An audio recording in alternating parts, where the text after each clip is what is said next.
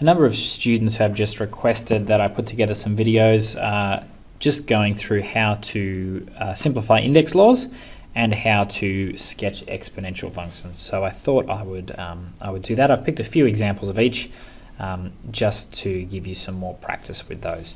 I'll just make my screen a little bit bigger.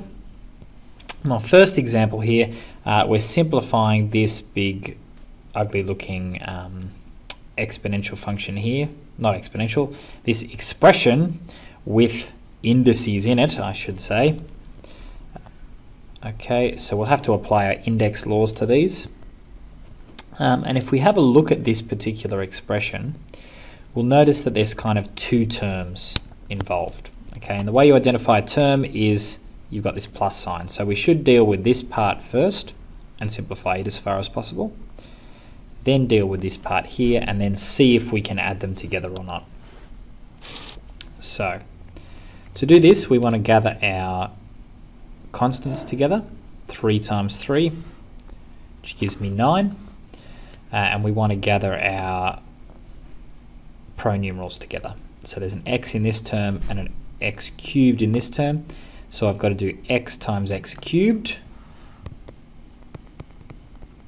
And the index laws tell us that when we multiply two things together, we add their powers. We should add these two here, so we get x to the 4. We're doing y times y to the negative 1. Again, y is a y to the 1. Adding these together, I'm going to get y to the 0.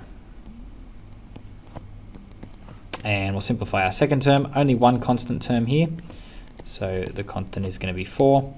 I've got x to the 5 times x to the minus 1. Well, adding the powers here, 5 plus negative 1 is the same as 5 minus 1, which is 4.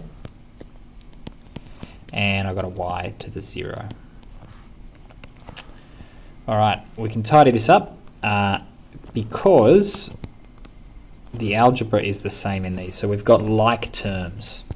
Okay, because we've got like terms, the algebra is the same, we can add these together. So 9 of this thing plus 4 of this thing, 9 plus 4, well that's 13. So I have 13x to the 4, y to the 0. Now the last thing, which a few of you have probably seen, I can simplify y to the 0. There is an index law that says that anything to the power of 0 is equal to 1.